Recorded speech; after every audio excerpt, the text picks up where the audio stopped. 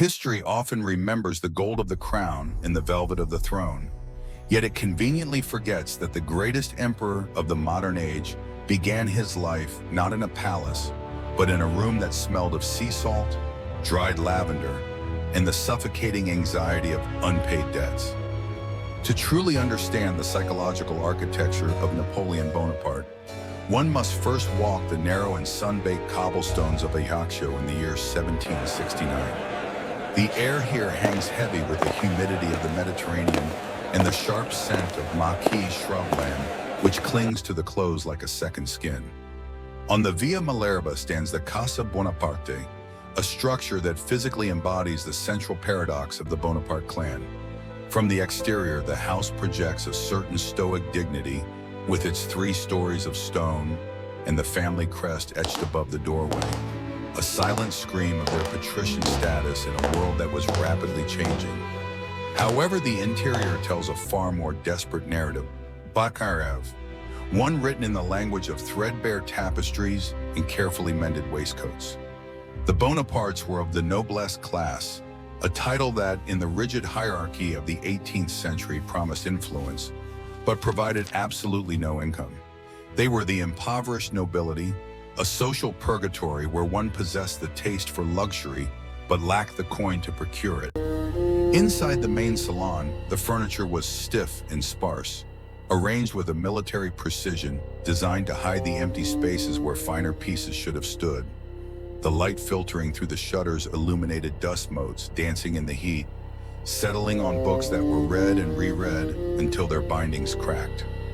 It was here that Carlo Bonaparte, the patriarch, paced the floors in his worn silk stockings, his mind a constant whirlwind of schemes and legal petitions, terrified that his family would slip from the precipice of gentility into the abyss of the common peasantry. This was not the poverty of the gutter which knows only survival, but the poverty of the fallen aristocrat which knows shame. Every dinner was a calculated exercise in frugality disguised as elegance. The young Napoleon, born into this tension on the 15th of August, did not open his eyes to the glittering chandeliers of Versailles.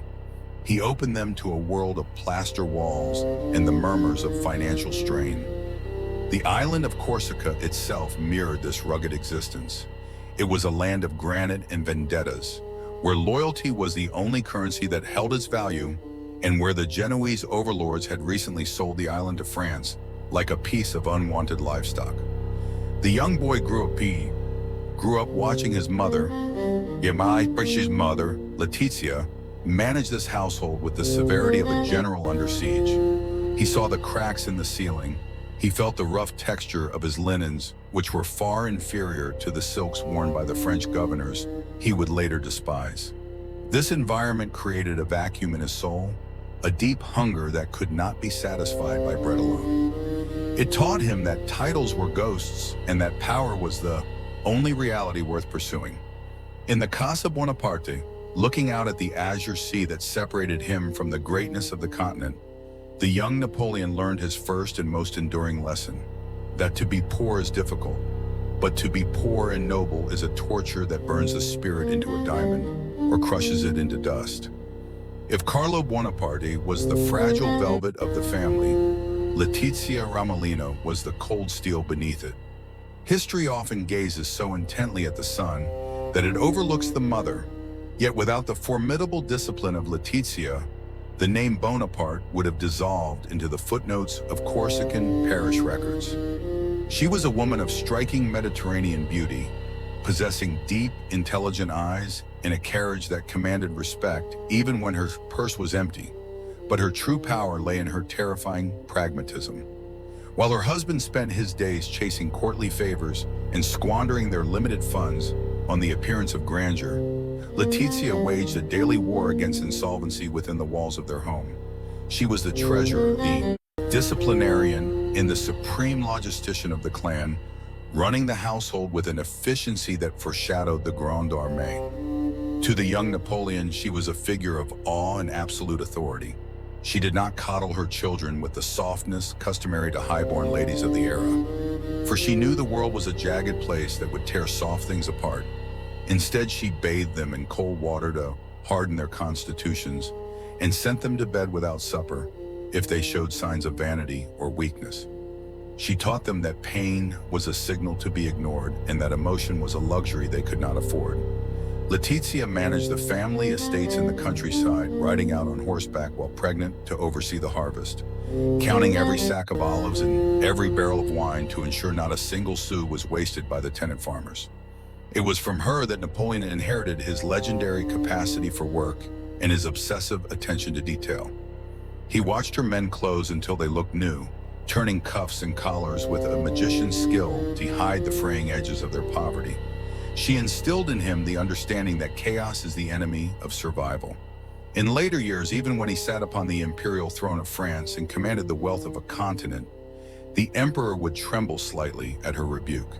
She famously saved her money even during the height of the empire, whispering that one day all this glory might vanish and they would need the coin again. In the cramped rooms of Ajaccio, she forged the iron will of the future conqueror, proving that while a father may give a child a name, it is the mother who gives him the spine to carry it. While Letizia held the fortress of their home together with silence and steel, Carlo Bonaparte fought a different kind of war on the shifting battlefields of French bureaucracy.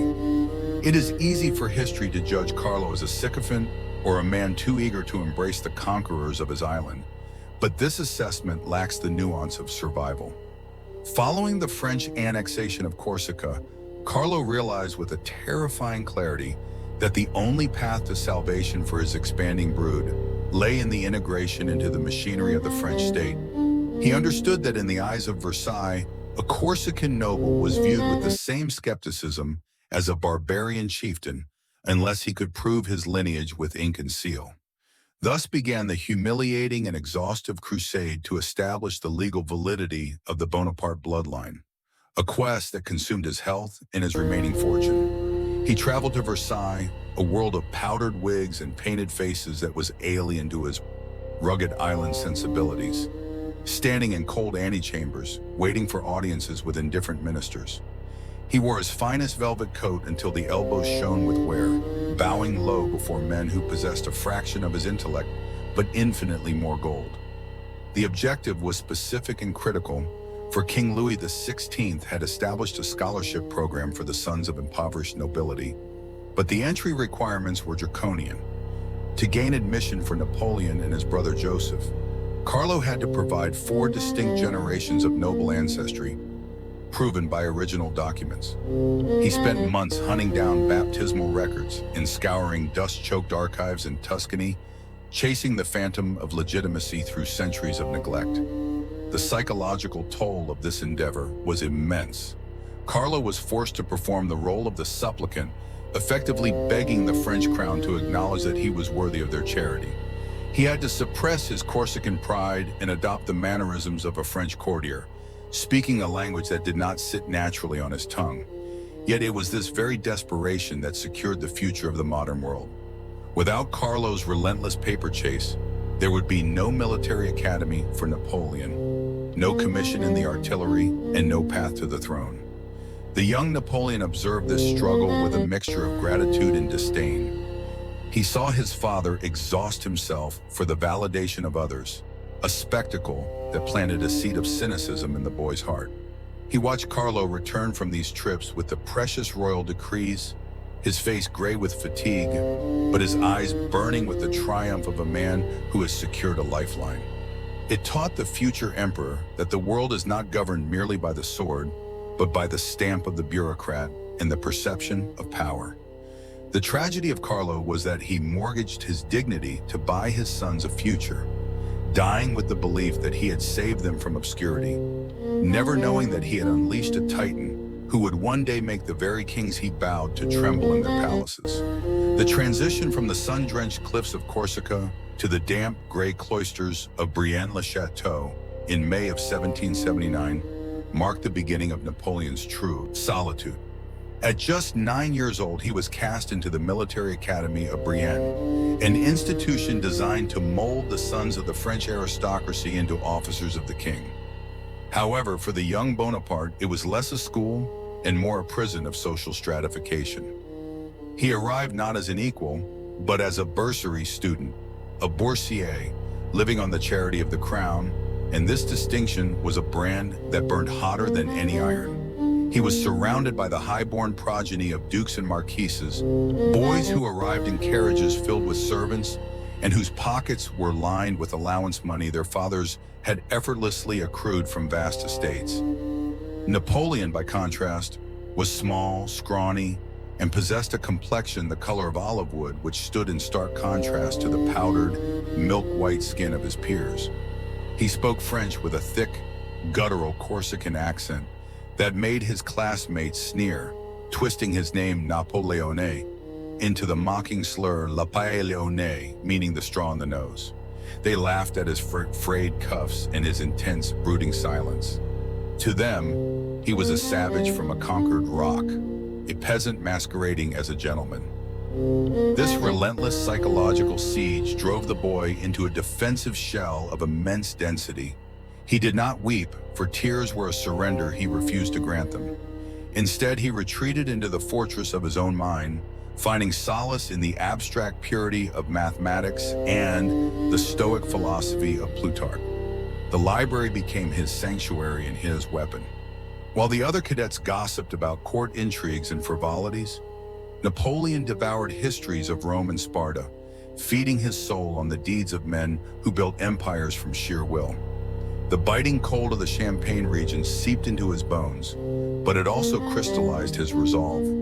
It was during the famous winter of 1783, when heavy snows buried the school, that his genius first physically manifested. While other boys played aimlessly, Napoleon organized a massive snowball fight, but he treated it as a serious military engagement. He constructed complex fortifications, established trenches, and commanded his side with a ferocity and tactical brilliance that silenced his tormentors. For a brief moment, the rich boy stopped laughing and started obeying. Brienne taught him that he would never be accepted by the French elite through blood or money, so he would have to dominate them through superior intellect. The isolation of these years did not break him, it distilled him. It stripped away the need for friendship and replaced it with a cold, terrifying ambition. He left Brienne not as a happy graduate, but as a young man who had looked into the eyes of the privileged class and realized with a dangerous clarity that they were soft, unworthy, and ripe to be conquered. The final act of Napoleon's youth began with a tragedy that shattered the fragile financial architecture of the clan.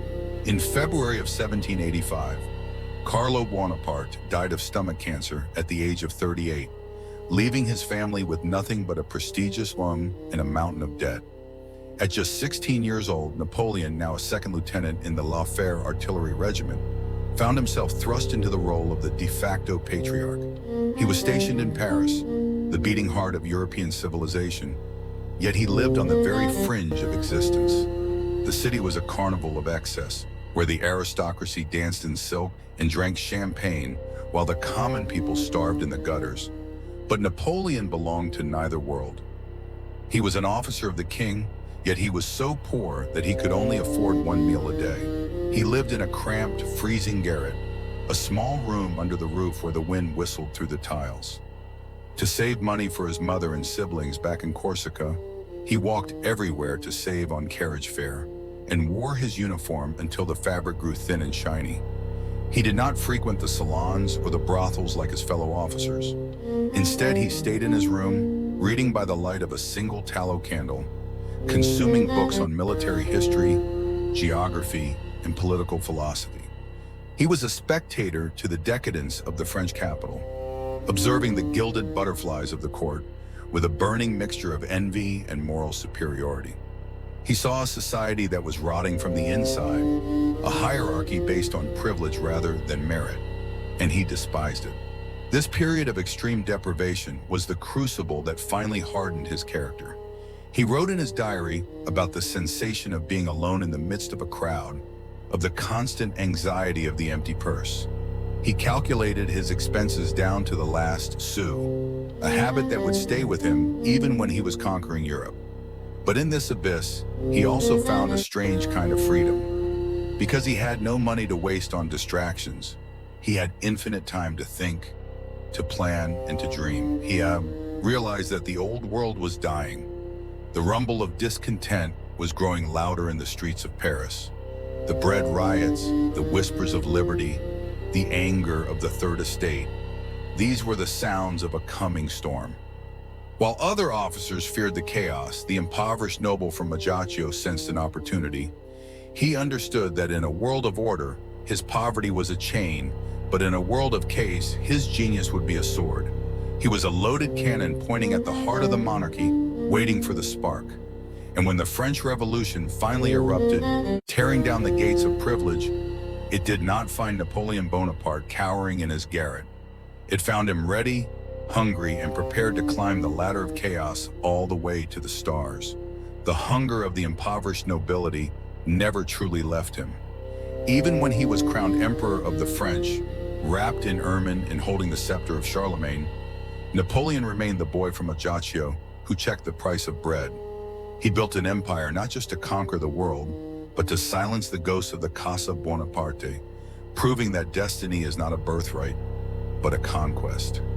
The young lieutenant who starved in a Parisian garret would eventually feed the imagination of the entire human race. The emperor sleeps now, but his story is far from over. Subscribe to our channel and ring the bell to join us as we continue to uncover the lives of history's giants. From the shadows of poverty to the blinding light of glory, the journey continues.